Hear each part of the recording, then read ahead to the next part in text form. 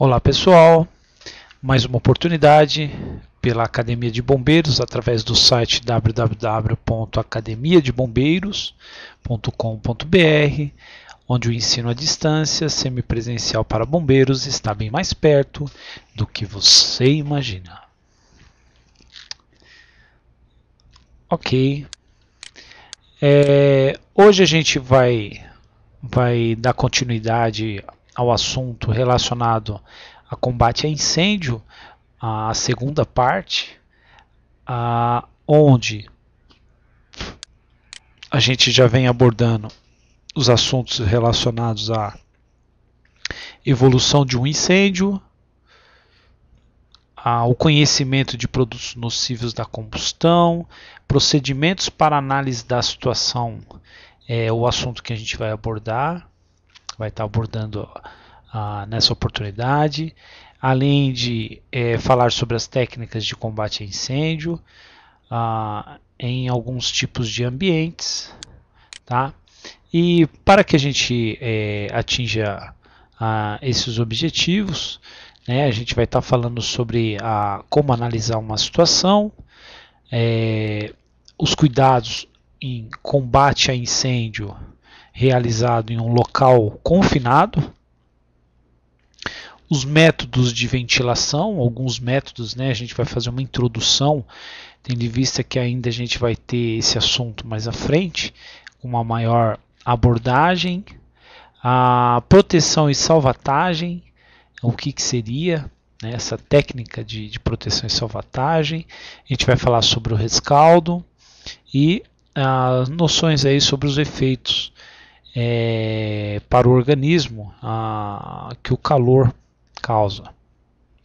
Ok? Então, esse assunto que a gente vai estar abordando, tá? É importante, dúvidas que tiverem, anotar em folha à parte, caso elas existam, e poste-nos, né? Envie aí pra gente, via fórum ou e-mail, que a gente vai estar respondendo aí o mais breve possível. Tá? Então o assunto de hoje ele é muito importante. Esse assunto ele tem algumas partes da apostila que pode ser encontrada, por exemplo, técnicas de combate a incêndio, tá? Praticamente está dentro aí do assunto de técnicas de combate a incêndio, mais ou menos na página 44. Então, a gente está falando de técnicas. Esse assunto aqui, né, ele já é bem mais operacional, vamos dizer assim.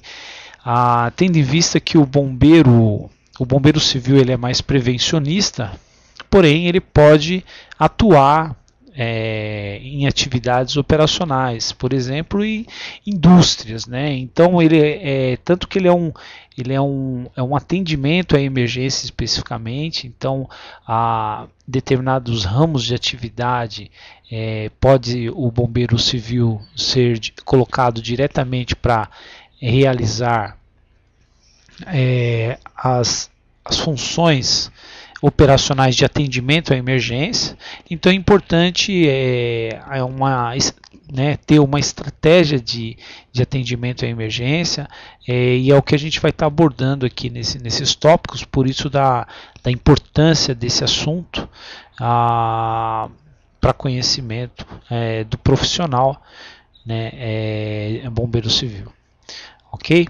Então, o combate a incêndio em edificações, propriamente dito, né, é a extinção que inclui as operações que são necessárias no ataque ao foco principal do incêndio.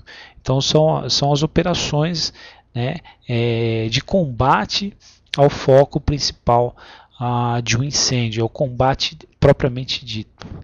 Ok? Como que deve ser realizado, como que é a operação, como que é o planejamento dessas operações ou dessa operação, né? como que deve ser realizado, qual a sequência que deve ser dada, o que tem que ser colocado como prioridade, né, o início, quando que ocorre o início do atendimento à emergência. Inicia, né, a primeira fase, a primeira, né, o primeiro procedimento de imediato é a realização da análise da situação. É praticamente a análise da cena, né, de emergência, a partir, né, de que é feita, né, por um comandante, um líder, ok? Esse líder que é o responsável em realizar essa análise da situação, frente a um incêndio ou qualquer outra situação de emergência que habilite a determinar as ações a serem postas em práticas, a fim de cumprir a sua missão. Então, o líder que está à frente da guarnição é o responsável em analisar a situação, e dentro dessa análise, né, justamente o grande objetivo é a determinação das ações que serão colocadas em prática para conseguir o sucesso da operação. Okay? A análise deve ser continuamente desde o contato inicial até o final das operações. É importante enfatizar que essa análise ela já inicia no momento do acionamento na base, praticamente na base operacional do bombeiro. Nesse momento do acionamento já ocorre a análise da situação dentro das informações, das primeiras informações que chegam, as informações relacionadas com a emergência, ok? Poderíamos sempre, de um ponto de vista didático, dividir a análise em partes. Uma primeira rápida que determina o início das operações, outras que se desenvolvam em cada uma das fases que definimos.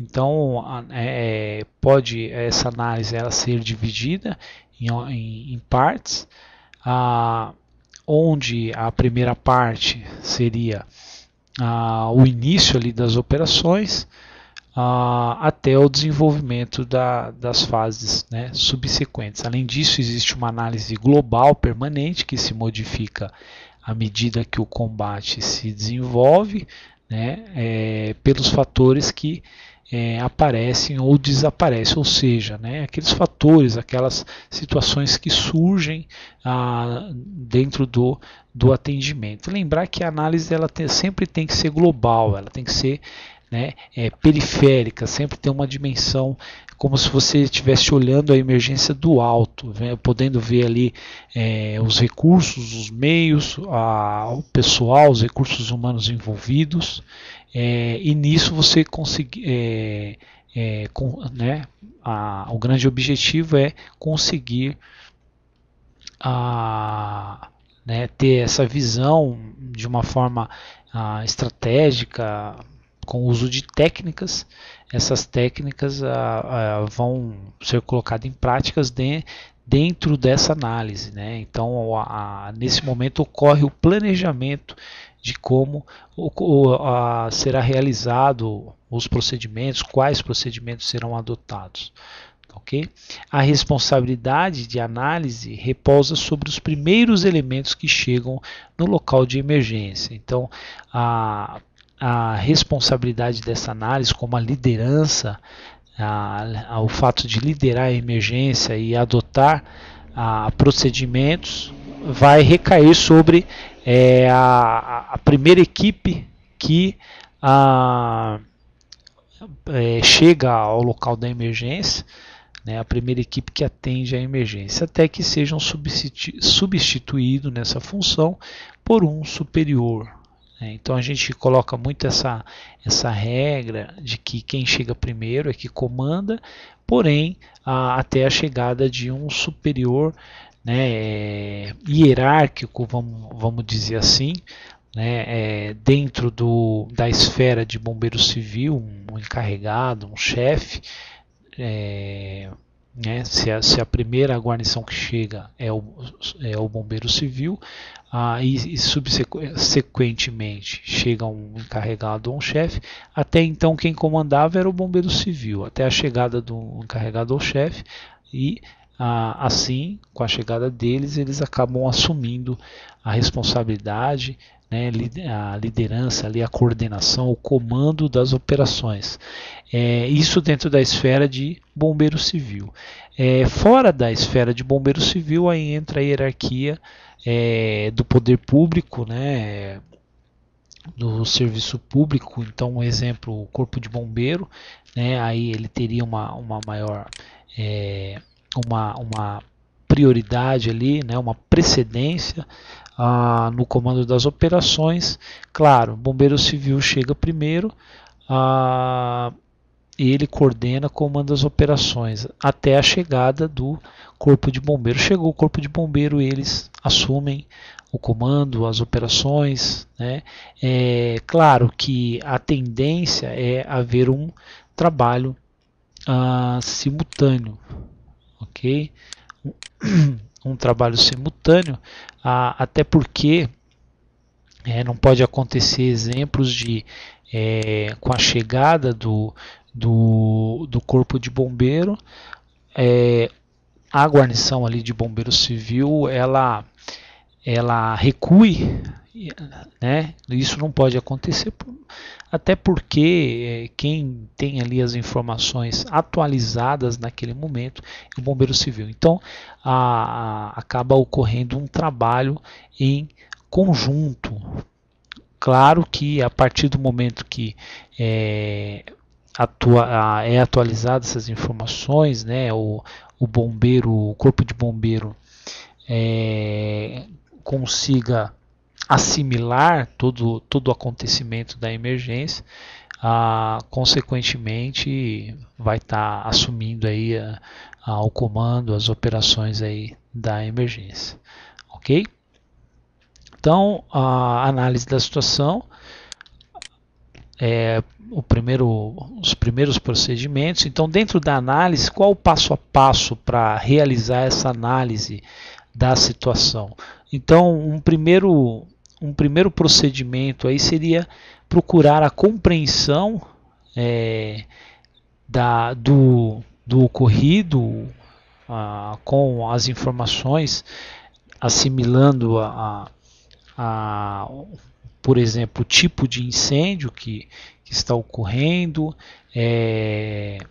o tipo de material, as vítimas envolvidas, a dimensão do fogo, a localização, os recursos ali presentes, dentro da dimensão e essa análise de recurso, a quantidade de agentes extintores disponíveis ali, a quantidade de agente extintor para a realização desse combate.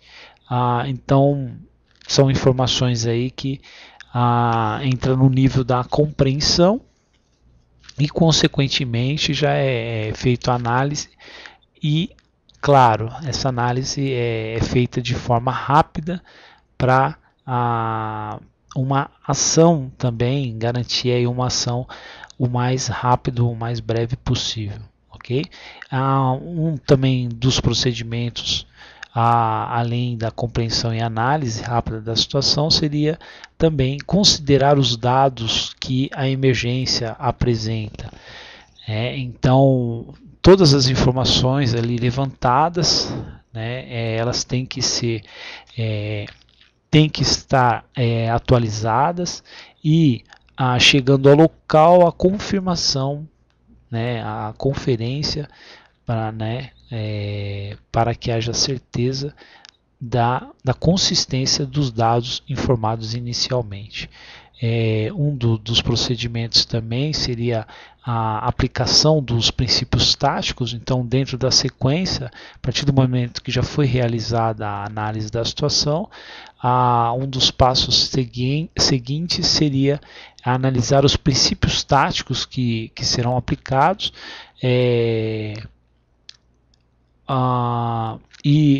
claro, dentro desse planejamento, quais seriam os ideais, né, para o atendimento ao tipo de emergência ali envolvido. Além disso, a decisão de quais as ações que devem ser postas em prática também, né? Então, dentro desse planejamento dos princípios táticos levantados na análise da situação, também a decisão das ações que efetivamente vão ser utilizadas ali. Além disso, um plano de operações. É importante também traçar inicialmente um plano por uma situação de imediato, não um plano complexo, né, e sim um planejamento com a equipe da forma de atuação, do que naquele momento vai ser colocado como prioridade, ok? E a partir dessa decisão, o traçar, né, de um planejamento, consequentemente a colocação desse plano em prática. Também zelar para que seja eficientemente, né, executado. Então, também seria uma das atribuições aí dentro da coordenação, da liderança, do comando, além de determinar, também zelar para que seja realizado da melhor forma possível por todos os envolvidos, por todos os membros da equipe. Ok? Ainda dentro da análise da situação, tudo isso deve ser feito do modo mais rápido possível. Então, essa agilidade, por muitas vezes pode ser complicada dentro de uma emergência, exige o máximo possível de agilidade, mas o que pode trazer agilidade, o que acaba contribuindo para essa agilidade é o treinamento. Quanto mais a equipe estiver treinada, mais rápido ela vai agir, vai raciocinar, o uso das técnicas ali vão ser mais efetivas, tá? Porém, geralmente o primeiro contato com o incêndio desenrola-se de modo confuso, estressante, né, pressão acaba ocorrendo, né, como a gente acaba vendo aqui que há uma grande pressão sobre quem lidera a equipe, sobre o comandante da operação, deixando-o tenso. Então essa tensão acaba, né, de forma, vamos dizer assim, que até de uma forma natural. Né? É natural que o comandante, o líder ali da guarnição se sinta pressionado, porque as decisões, o desenrolar das operações vão estar concentradas nesse membro, nesse componente da equipe. Okay? Devemos lembrar que tudo o que for feito nessa fase determinará o sucesso ou fracasso da operação. Aqui praticamente deixa-se bem claro, né, que a decisão, o planejamento traçado é que vai fazer a diferença do sucesso ou fracasso da operação. Tá, ok? A sequência acima estabelecida constitui o que chamamos de análise da situação. Então, a gente esmiuçou essa análise, né, em procedimentos, que iniciou ali com análise, com planejamento, um plano e aí a colocação em prática. A sequência, né, então, essa sequência define então a análise da situação, deve ser automatizada ao máximo, de maneira a possibilitar ao comandante sobrepor-se ao nervosismo natural dessas situações. Então, o que a gente comentou, quanto mais treinado, mais experiente, né, o líder da equipe, o comandante, vai conseguir vai vai conseguir aí automaticamente colocar em prática as ações. Deve ser feitos treinamentos frequentes para a solução de problemas táticos, aplicando-se o sistema aqui proposto, até se obter o automatismo de maneira a que a análise seja uma sequência lógica e não se omitam fatores essenciais, né, ou não haja a omissão de fatores essenciais. Então, aqui, né, finaliza esse trecho aqui falando justamente sobre o que a gente comentou, a necessidade de um treinamento da equipe para trazer esse automatismo, tá, e vai garantir aí a eficiência dentro de uma sequência, né, que deve ser adotada. E claro, né, evitar essa omissão de fatores essenciais dessas ações. Ok? Em seguida, realizada a coleta dos dados, já disposto em um ordenamento lógico.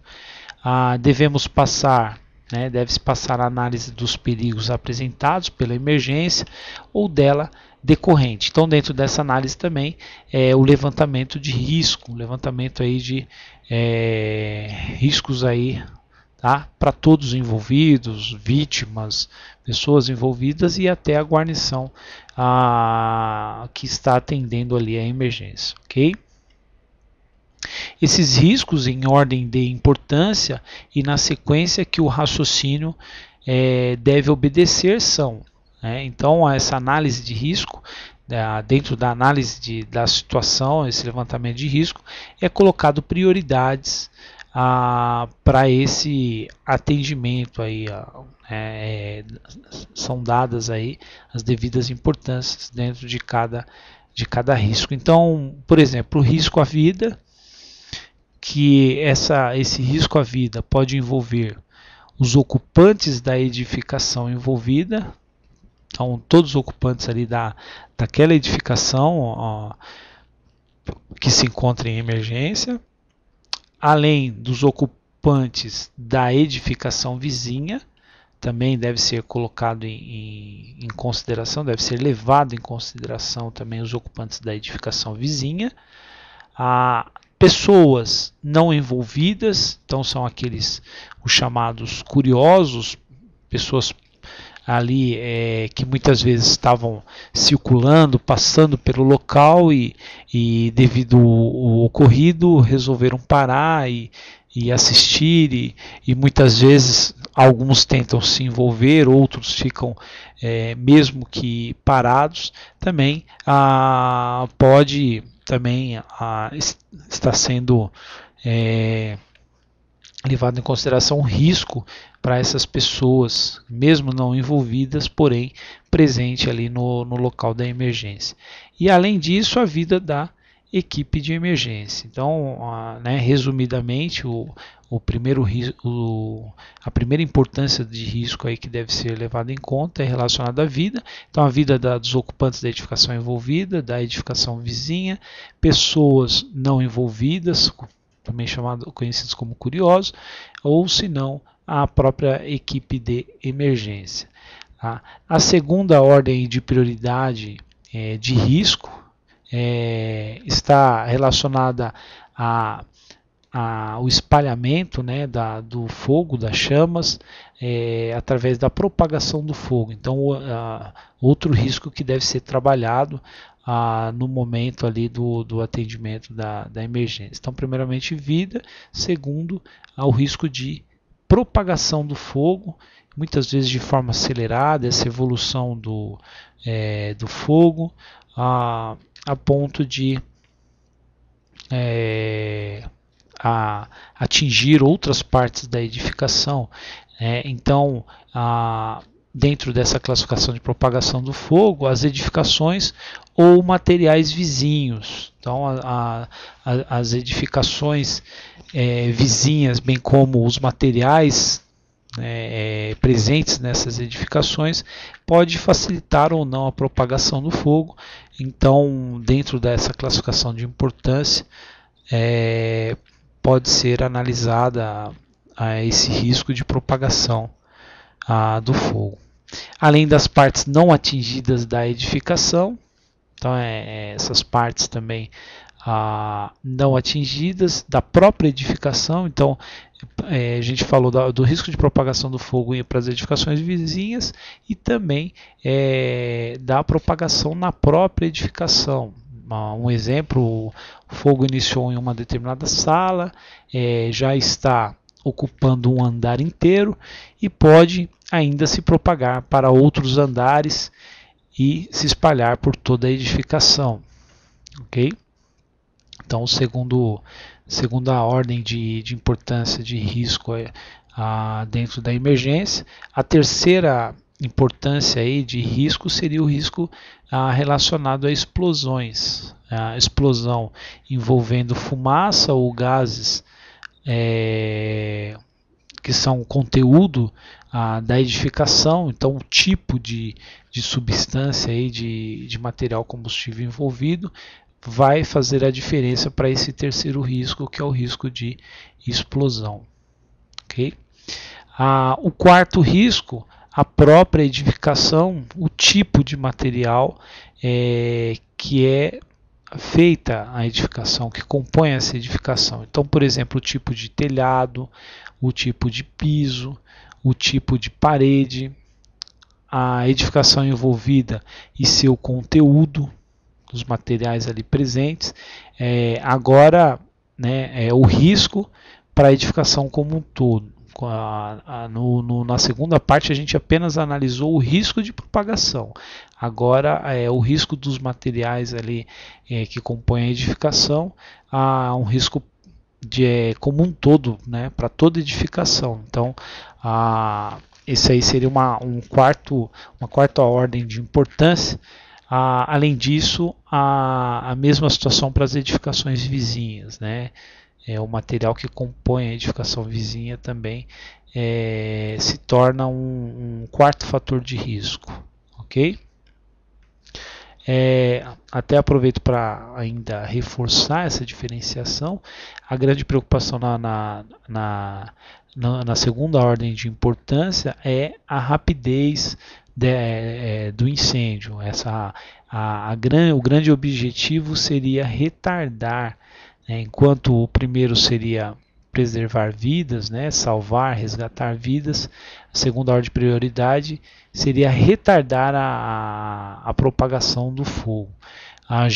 Porém, a quarta ordem de importância estaria se preocupando com a perda total da edificação, né, num todo. Okay? Então, já é analisado a edificação como um todo. Tá?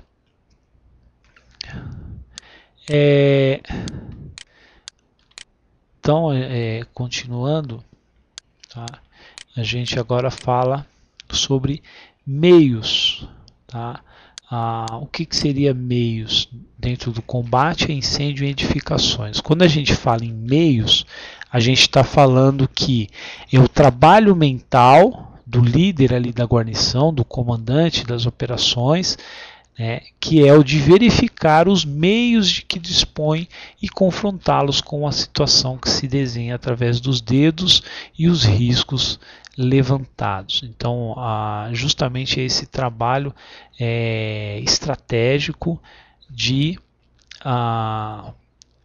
relacionar, a gente pode falar que é relacionar os meios, os recursos ali. Quando a gente falar de meios, estamos falando de recursos disponíveis, a ponto de relacionar com a realidade da emergência, com o intuito de saber se os meios, os recursos ali, eles são suficientes para aquele atendimento, e até operacionalizar, otimizar o uso desses meios de uma forma que, se você tem um incêndio em uma sala, por exemplo, o recurso que você tem de agente extintor é suficiente para a extinção daquela sala, né? Ou não é suficiente, ou naquele momento é suficiente, porém já está se propagando, evoluindo para outras salas ou para o pavimento inteiro. Tá? Então, essas análises, essa confrontação, né, que vai fazer com que seja analisados os recursos disponíveis e realizar ali o relacionamento. E claro, o que ajuda nesse momento aqui é saber se os seus recursos são disponíveis ou não, até para a situação de planejamento, de reabastecimento de viaturas, o tempo para esse reabastecimento, ou até a situação de solicitação de apoio de viaturas aí, tanques, para suprir ali, alimentar as viaturas, bem como viaturas que possam ajudar nesse combate de outros postos mais próximos e tudo mais, né? Então a gente está falando aí um exemplo, né? Até aproveita aqui para ilustrar um exemplo desse tipo. Quando você pede apoio dentro da dimensão de uma emergência, os planos de ajuda mútua de empresas, né? Então pode ser que você possa estar trabalhando em uma empresa e essa empresa ela pertencer a um plano de ajuda mútua, que significa o seguinte: uma indústria próxima da outra, né? Quando há uma emergência em determinada indústria, a indústria co-irmã, vamos dizer assim, ou pertencente a esse plano, disponibiliza os seus recursos para ajudar a outra empresa, e assim vice-versa, né? Fazendo com que, de acordo com os meios, recursos ali disponíveis, quando não suficientes, acaba sendo possível a colaboração, a contribuição de meios e recursos aí de outros bombeiros, outros postos ou outras empresas, ok? E os recursos que a gente está falando, quais seriam os tipos de recursos, de meios para o atendimento à emergência? Então, quando a gente fala de recursos, a gente está falando de recursos humanos, pessoal, quantitativo. Também estamos falando de viaturas, tipos de viatura, se é com escada ou não se é preparada com grande quantidade de equipamentos de salvamento, de iluminação, equipamentos de altura, de primeiros socorros, né, com escada. Então também seriam os meios, as viaturas, equipamentos, então viaturas específicas para determinado tipo de emergência, ou a quantidade de equipamentos disponíveis em uma determinada viatura, que pode ser analisado aí quanto a recursos disponíveis envolvendo esguichos, mangueiras, agentes extintores.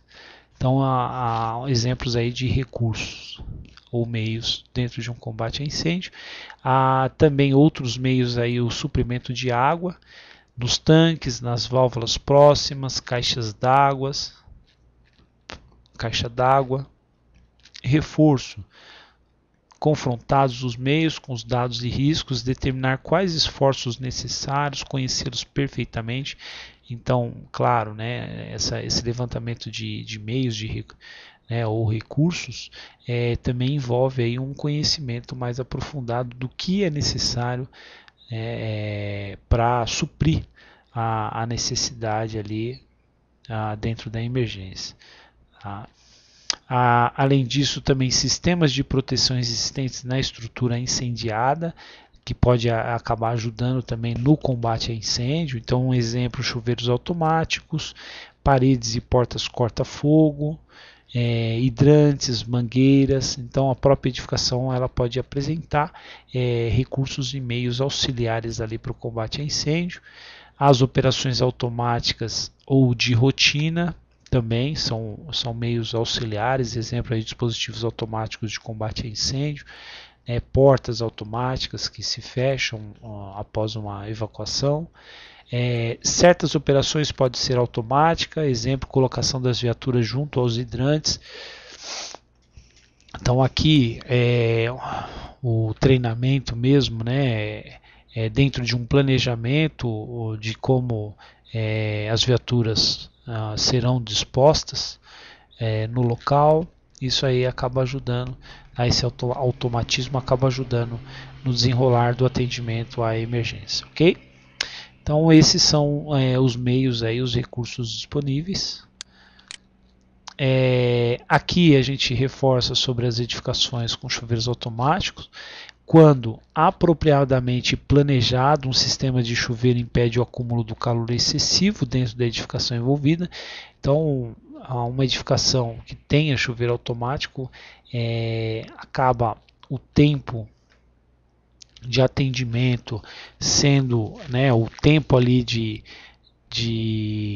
ação, né, o tempo resposta, o tempo dessa ação, ela se torna bem curta. Isso acaba contribuindo para dificultar ou retardar a evolução, a propagação do incêndio. Então, por isso que o chuveiro automático ajuda e ajuda muito.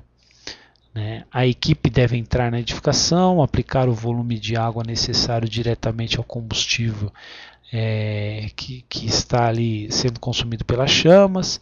Se necessário, o volume e pressão adequados devem ser mantidos com auxílio das bombas das viaturas ligadas ao sistema. Então aqui já é citado aí o volume e pressão em uma forma adequada. Depois que o incêndio for extinto, os chuveiros devem ser fechados com as pinças, né? Essas pinças Tong. Então tem um exemplo na foto aqui. Essas pinças, elas são pinças justamente para realizar o fechamento dos chuveiros diretamente nos chuveiros, ou as cunhas de madeira. Então tem o desenho aqui da cunha logo acima, também que pode ser usado, até que o rescaldo tenha sido completado. Então, lembrar que o rescaldo ele tem que ser realizado no incêndio. O que seria o rescaldo? A gente vai falar sobre a definição logo a seguir.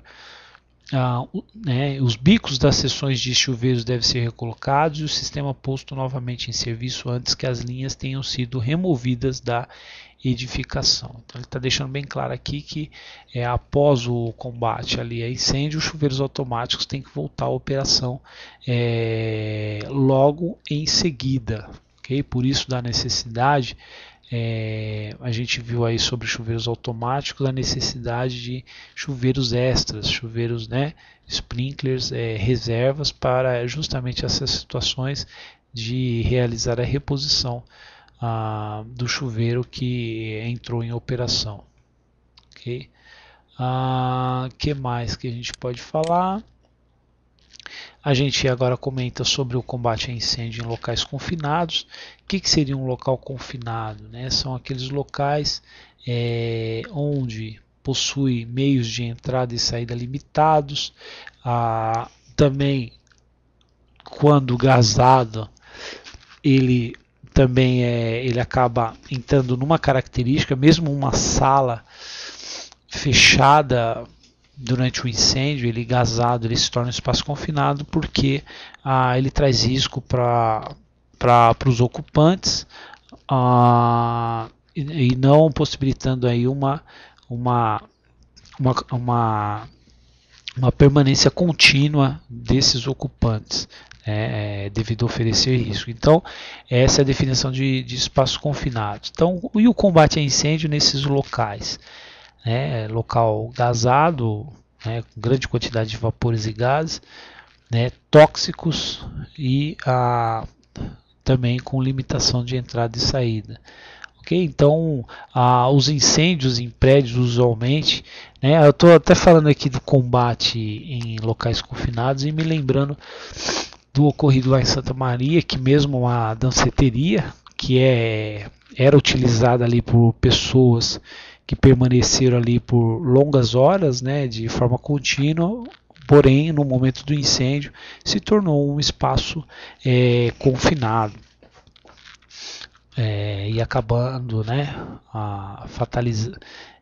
acabou a fatalizar aí mais de 200 vidas.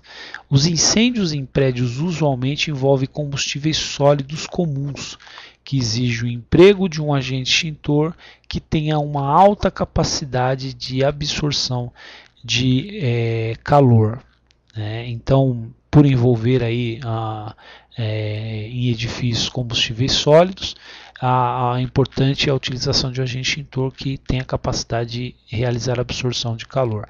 A água sob a forma líquida possui propriedades que a capacitam a absorver mais calor por unidade do que a maioria das substâncias conhecidas. Então a água tem essa propriedade, essa capacidade de absorção de uma grande quantidade de calor por unidade. Então é usada uma unidade aí de referência.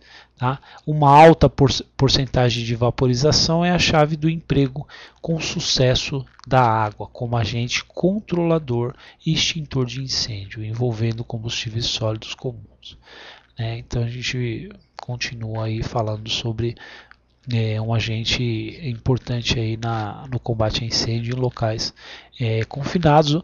O método mais prático e eficiente do combate a grandes incêndios interiores é pelo emprego do método indireto de ataque usando a vaporização e expansão das partículas de água para absorver, transferir calor e então extinguir o incêndio. Então é o método de combate indireto. A gente tem na apostila alguns detalhes aí do combate indireto, tá?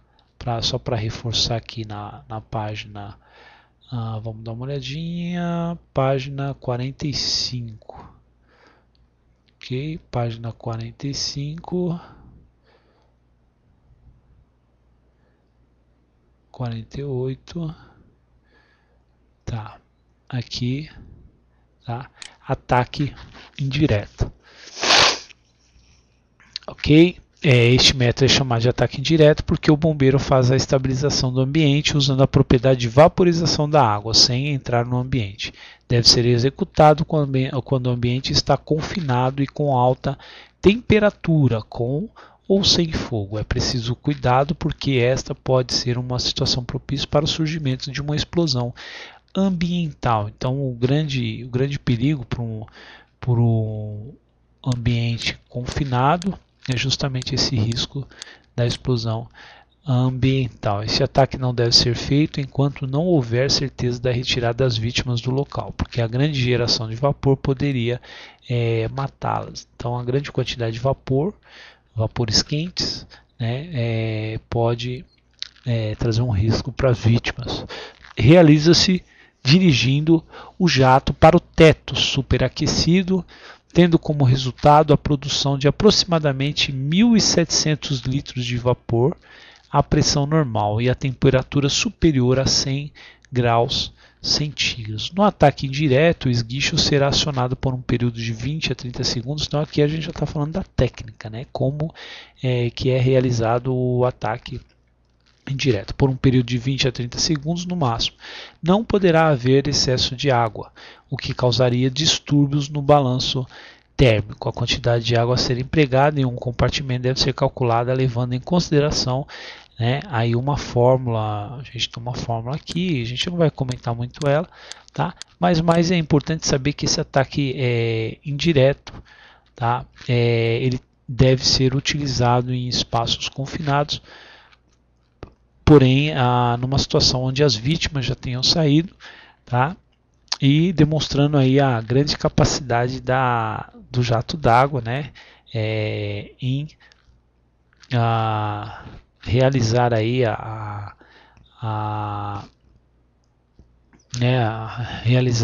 o combate, de forma aí a baixar a temperatura, e a propriedade da água, que é gerar 1.700 litros de vapor, justamente por essa característica, por unidade, e a capacidade de resfriamento do ambiente, ok? Então, essa vazão dentro dessa fórmula, né, deve ser aplicada por 30 segundos. Um esguicho regulável de 1,5 polegadas com 5,5 kg de centímetro quadrado, né, por centímetro quadrado de pressão, descarrega aproximadamente 360 litros por minuto. Tem um cálculo aqui, tá? Mas a parte mais importante para a gente seria: após a aplicação de água, o bombeiro aguarda a estabilização do ambiente, isto é, que as labaredas baixem e se reduzam a focos isolados. Isso poderá ser constatado através dos seguintes sinais: não mais se vê a luminosidade das labaredas, não mais se ouve o som característico de materiais em combustão.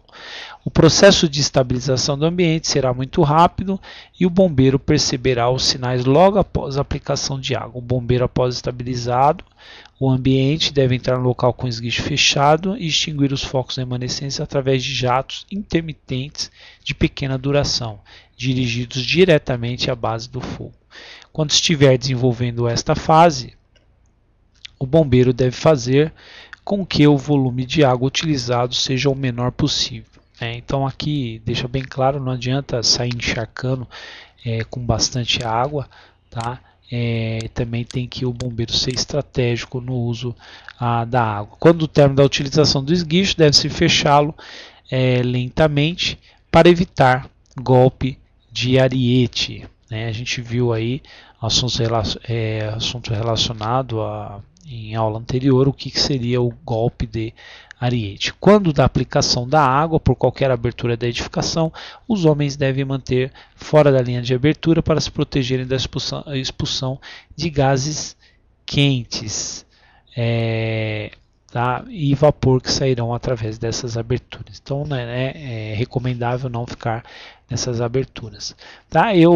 Ainda a gente prossegue aqui falando sobre as formas de ataque, porque tem também uma outra forma de ataque aqui, que é o ataque combinado, também muito interessante para incêndio local confinado. Então, por exemplo, tem aqui até a imagem, a gente falando do combate indireto, onde o bombeiro está atuando. O combate indireto é quando a gente trabalha justamente com gases, os gases dentro do espaço confinado, do local confinado, e não o combate diretamente nas chamas, no foco ali do incêndio, na base do incêndio. A gente vai trabalhar justamente com esses gases, então é o combate indireto, ok? Porém, tem a forma também combinada.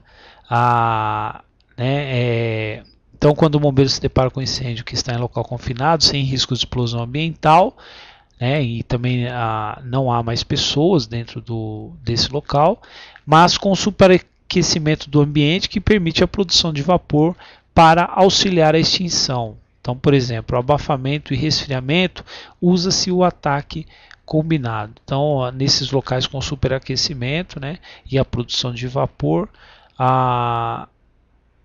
e a possibilidade de abafamento e resfriamento para esse combate. Então, o ataque combinado consiste na técnica de geração de vapor combinada com o ataque direto à base dos materiais em chame. O esguicho regulado de 30 a 60 graus, então não seria uma angulação aí de 90 graus, um ângulo reto, seria acima da metade desse ângulo. Deve ser movimentado de forma a descrever um círculo. Então, o círculo, além de trabalhar com os gases, quando ele desce, ele atinge a base das chamas. Então, por isso que esse seria um meio de ataque combinado, ok? Tanto que você faz o combate direto e o indireto ao mesmo tempo.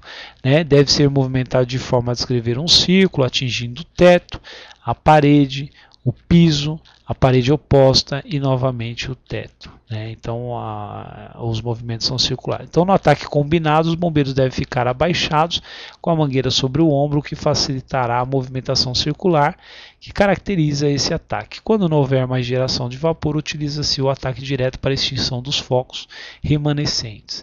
Lembrar que nunca se deve aplicar água na fumaça. A aplicação de água na fumaça não extingue incêndio, somente causa danos, distúrbios no balanço térmico, desperdício de água e perda de tempo. Então, não adianta ficar realizando apenas o combate diretamente na fumaça do incêndio, ok?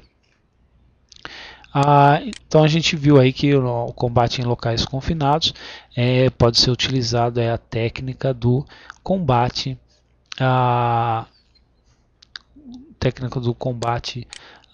indireto, ok? Então a gente leu aqui logo no final, né, usando a evaporização, expansão das partículas de água. Então a técnica que acaba contribuindo. O combate indireto consiste em jogar uma neblina de alta velocidade na direção dos gases aquecidos e concentrado na parte superior da edificação. Então, né, trabalha-se somente com os gases, como a gente comentou, e o tempo que é realizado esse combate é de 5 a 8 segundos aí. Então ele não é realizado por muito tempo, é um tempo suficiente para trabalhar com esses gases, não havendo aí desperdício de agente extintor. A transformação da água em vapor, então a gente leu lá que aumenta até 1.700 vezes, né? Acaba deslocando um volume igual de ar ao redor do fogo, reduzindo de modo a quantidade de oxigênio disponível para a sustentação, bem como a retirada dos produtos nocivos da combustão. Então esse combate indireto ajuda muito a trabalhar com esses gases, né, produtos aí da combustão, ok?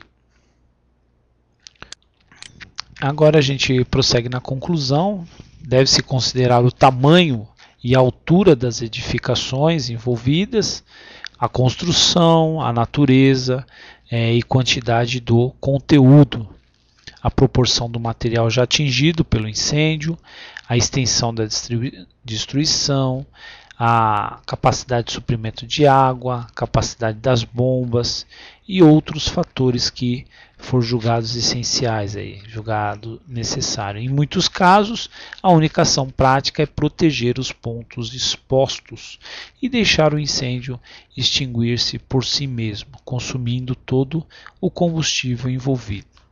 Então, nessa conclusão, a gente vê a gente consegue enxergar o que deve ser considerado sobre o tamanho e altura das edificações e outras características, mas o mais importante seria uma das ações prioritárias aí, né, o grande foco seria a proteção dos pontos expostos e o incêndio, né, somente ele vai se extinguir por si só, desde que consuma todo o combustível ali envolvido. Então, o grande trabalho aí ele tem que ser de acordo com a disponibilidade de recursos ou meios. Tá? Quando os recursos e os meios não forem compatíveis, né, pode-se trabalhar com um dos terceiros métodos aí, um dos métodos de extinção de incêndio, que é o isolamento do material. E aí você isolando o material combustível, ele vai se consumir até não conseguir se propagar para outros materiais combustíveis. Tá? Então, em alguns casos, pode ser possível fornecer adequada proteção às exposições e atacar e extinguir o incêndio em uma ou mais seções do prédio envolvido, né? Então é o método aí do confinamento, né? Onde você pode confinar determinado incêndio em um ponto e ainda isolar o material de outros materiais, né? Evitando aí o incêndio, o alastramento do incêndio para outras partes. É melhor atender a um objetivo limitado do que gastar todos os recursos disponíveis tentando realizar o impossível. Então, também ter esse senso de que a emergência, dependendo a proporção da emergência e os seus recursos, pode ser que não seja possível, né, realizar a extinção como um todo, e sim trabalhar de forma compartimentada, né, em pequenos, em pequena dimensão. Um exemplo que a gente pode citar aí, né, quem já não viu aí, né, pela televisão determinado incêndio, onde o bombeiro naquele momento não está realizando o combate direto nas chamas, e sim jogando água na edificação próxima, com o intuito aí de resfriar, evitar aí a elevação da temperatura e a propagação do incêndio propriamente dito. Muitas vezes essa técnica, né, é uma técnica que pode ser usada naquele momento de acordo com a não disponibilidade de recursos para o combate direto, né? Isso aí vai acabar sendo um trabalho de acordo ali com a disponibilidade de recursos ou meios. Ok, então esse é um exemplo, tá, que pode ser utilizado no momento de uma forma de você compartimentar, né, a emergência, né, dividir a emergência em prioridades de acordo com os recursos ali disponíveis, ok? Então é isso que a gente pode concluir, tá, nesse combate a incêndio. Além dessa conclusão, a gente cita aí algumas técnicas utilizadas no combate a incêndio. Então, por exemplo, a ventilação, né, que a definição de ventilação é o conjunto de operações necessárias para realizar a substituição, né, lógico, de forma precavida, né, a substituição da atmosfera aquecida ou superaquecida com grande quantidade de gases originadas da combustão no interior de um prédio.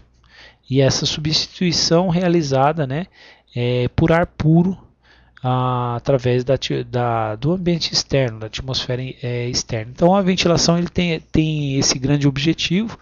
A gente vai ter uma aula que a gente vai falar só sobre ventilação, alguns tipos de ventilação, ventilação natural, ventilação forçada, tá? Mas nessa aula aqui a gente só faz um breve comentário da definição e o conhecimento de que existe também a técnica de ventilação através da utilização de um equipamento específico. Então você pode realizar tanto a ventilação com o uso de uma linha d'água como um equipamento específico com esse objetivo de renovar o ar interior. Tá? Aqui, né, aqui uma ênfase sobre o tipo de ventilação com linhas de mangueira, né? Então as condições encontradas no interior de uma edificação em que está envolvido por um incêndio em ambiente confinado são completamente inadequadas para a vida humana por 3 fatores principais. Né? Então os fatores que deixam o ambiente inadequado, né, para aquela ocupação, para a continuidade da ocupação do ser humano. Então, exemplo, o calor, a baixa porcentagem de oxigênio e a presença de gases tóxicos. Então, o calor em grande intensidade, a baixa concentração de oxigênio e gases tóxicos existentes no ambiente. Então, esses são os riscos aí para a vida humana. E aí o uso de equipamento autônomo de proteção respiratória é o ideal para o bombeiro realizar a entrada nessa edificação. E aqui um exemplo aqui de ventilação forçada com uso de linha. Na aula também que a gente específica que a gente vai estar falando de ventilação, a gente vai falar um pouco de como é realizado essa técnica, ok? De ventilação forçada.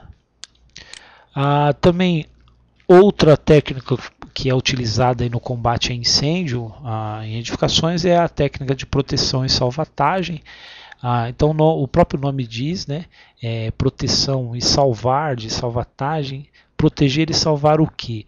Nesse caso aqui, tá, seria um dos procedimentos dentro do combate a incêndio, que é a proteção dos materiais combustíveis ainda não queimados. Então, através da técnica mesmo de isolamento, consegue-se a adoção dessa técnica. A definição de proteção e salvatagem é aquele serviço, né? Então a definição é o serviço de proteção nos incêndios que tem o grande objetivo aí de limitar o máximo possível os prejuízos ocasionados pela água, pelo fogo, pelo calor ou pela fumaça. Então, né, a água utilizada no combate a incêndio pode trazer danos para esses materiais, né? Combustíveis, o próprio patrimônio ali né, os objetos móveis de uma edificação. Então visa justamente a proteção desses materiais, né, devido aos danos que podem ser ocasionados nas edificações que foram envolvidas em um incêndio. Okay? Então consiste em proteger todos os objetos suscetíveis de serem destruídos ou estragados, seja cobrindo-os no próprio local. Então aqui é a forma de realizar, né? Então a cobrir, protegê-lo, né, no local, deslocá-lo, né, deslocando para um local mais seguro e levando ou ainda fazendo a evacuação o mais rápido possível para o exterior. A água ou fumaça do interior, né, também seria a retirada da água ou da fumaça, também se torna um meio de proteção. O serviço de proteção pode ainda, conforme a necessidade né, a necessidade ali citada ou definida pelos acontecimentos, pode ser efetuado certas operações, tais como escora provisória, então entra como proteção também da edificação, de forros, telhados, muros, tabiques que ameaçam desabar, ou ainda o isolamento das partes não atingidas pelo sinistro. Então também entra como proteção e salvatagem essas escoras, tá? Ou até o isolamento dos materiais ou da edificação ali. Todas essas ações empregadas visam deixar a edificação em condições mínimas de segurança. Então a proteção, salvatagem, né, não envolve somente proteger o patrimônio, tá? Bem como também trazer o mínimo de segurança para o risco ali de um desabamento, um risco de queda de qualquer objeto ou parte da estrutura da edificação, de modo que, né, possam os interessados adentrá-las, né, de forma não arriscada, de forma segura dentro da edificação, para qualquer procedimento que seja, até um procedimento policial de investigação, um procedimento até de salvamento mesmo, né, numa situação mais evoluída. Tá? Então, o proteção e salvatagem consiste nessa técnica. Okay? Agora a definição de rescaldo. Então, né, já no término do combate a incêndio, é importante citar a necessidade da realização da técnica de rescaldo. Na técnica de rescaldo, né, a definição da técnica de rescaldo, entende-se por rescaldo o conjunto das operações necessárias para completar a extinção do incêndio, impedir a reignição e colocar o local em condições de segurança. Então, o complemento da extinção é a garantia ali, né, através da movimentação dos restos de materiais combustíveis queimados, né, essa movimentação na procura ainda de focos de incêndio, onde pode ser aplicado agentes extintores para impedir, tá, a reignição do incêndio. Além disso, né, garantir a segurança do local. Okay? É a fase final do combate a incêndio. Aí apresenta grande importância para o conceito da equipe de bombeiros. As operações de rescaldo e as de proteção ao material após o incêndio estão extremamente entrosadas e caminham juntas até certo ponto. Para a execução completa dessas duas fases dependem os bombeiros do trabalho e tempo, né, consideráveis, porque o serviço é árduo, difícil e moroso, mas apesar disso nunca deve ser omitido ou executado com descaso. Ou seja, procedimentos importantes, né, para o combate a incêndio já na sua fase final. Essas duas técnicas que a gente citou, uma delas a proteção e salvatagem, e a outra a técnica de rescaldo. Além disso, lembrar da importância aí do uso do equipamento de proteção individual, pois uma né, a proteção aí, uma das importâncias, né, um dos fatores de importância aí seria a proteção para os efeitos fisiológicos do calor. Lembrando, né, que o calor ele desidrata, ataca e destrói os tecidos do corpo humano, e o uso do EPI evita, né, a ocorrência, ou diminui, retarda a ocorrência, né, a exposição do ser humano a esses riscos e, né, propriamente dito, a equipe de bombeiro durante o combate a incêndio. Então, a desidratação seria um desses fatores de risco, como efeito fisiológico do calor, o risco também de queimadura, o risco de problemas respiratórios devido à temperatura que resseca, acaba ressecando as vias aéreas, a fadiga, né, a grande perda aí de líquidos, né, sais, minerais, e acaba trazendo aí o cansaço.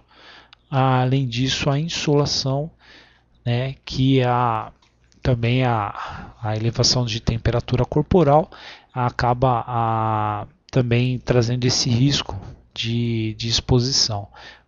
E o uso do EPI acaba contribuindo para retardar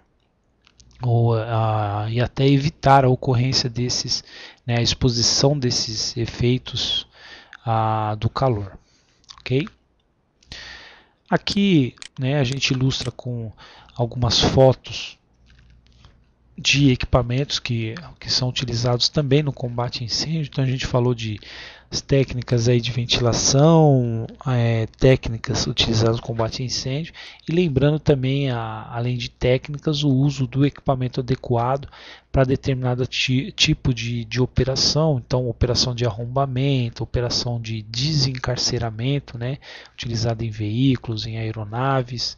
Aqui ferramentas diversas, também auxiliares aí na atividade, tá? Até também na atividade de corte, além de arrombamento e desencarceramento, também atividade de corte, tá? E outras ferramentas complementares, ok? Então, a obrigatoriedade de utilização de EPI completo é de suma importância para a atividade de bombeiro, ok?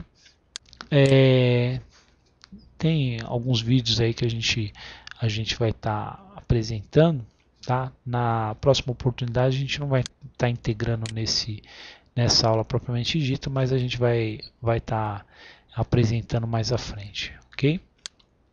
Então, para lograr-se, né? Fica aí, a gente deixa lograr-se vencedor, né? A gente deixa aí uma frase motivacional. Então, para lograr-se vencedor em uma batalha, é mister conhecer o seu oponente, pois só assim saberá onde é residido a vulnerabilidade, né? Então, conhecer o seu oponente acaba sendo possível aí conhecer os pontos vulneráveis, né? Então, a gente deixa essa frase aí para a nossa atividade, acaba sendo muito importante, ok? Então, praticamente é isso, tá? Para essa parte 2 de combate a incêndio, e na próxima aula a gente dá continuidade ao nosso curso. Então, até então, obrigado, até breve, tchau.